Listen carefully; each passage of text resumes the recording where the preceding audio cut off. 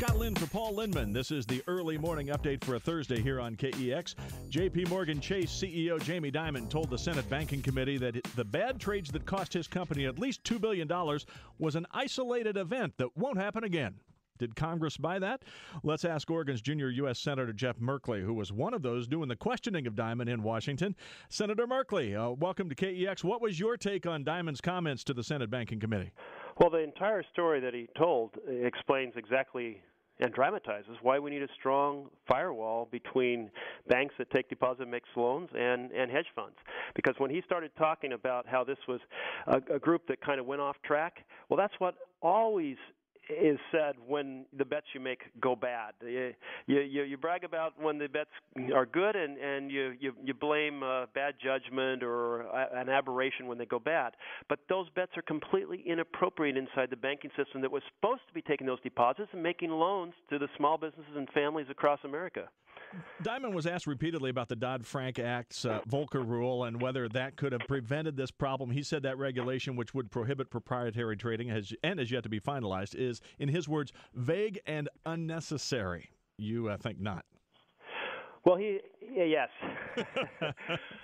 And in my follow-up to him, I pointed out that the Volcker rule says depositors' monies can only be put into Treasury bonds and into government-secured or guaranteed instruments.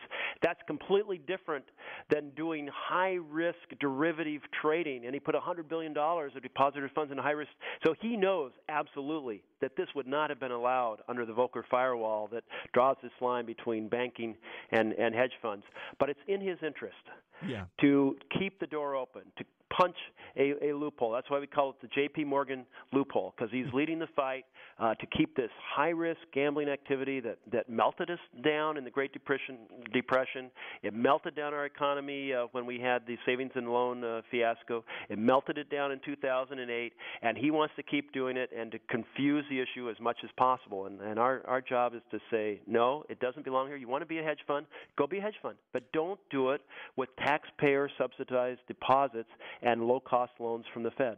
Jamie Dimon's been banking's golden boy. He's considered by many to be one of the best and brightest in the banking community, and it's been unnerving to a lot of people that if this bad bet could happen under his watch, other banks could easily suffer the similar fates. We should have concern about this, should we not? Oh, absolutely, because this is really the core of a stable foundation for an economy, and that is the ability of businesses and families to get loans.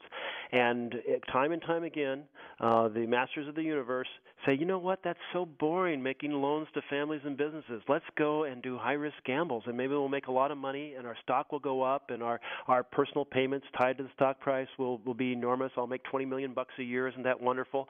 And then when things go awry, it does so much damage to working families across America, and that damage just makes no sense. We had 3 decades of steady expansion when we basically made a sane banking system that provided loans. We need to have that sort of expansion again. Senator Merkley, on a different matter, and we only have about a minute left, a U.S. Senate committee held a hearing on the Employment Non-Discrimination Act, a bill you co-sponsored. What would that bill do, and what are its chances? What that bill does is what we already do in Oregon, and say you cannot discriminate against folks in employment because they are gay, lesbian, bisexual, transsexual, that everyone under our Constitution, under the vision of equal opportunity, has a right to be able to get a job and not be turned away because of their sexual orientation. And is there going to be a vote on that bill that was presented this week? I am trying to get a vote in committee or a vote on the floor or any pathway that will take it forward. It's an issue of fundamental fairness. And it's when the testimony comes forward about the challenges that people have faced in different places, it's extraordinarily compelling.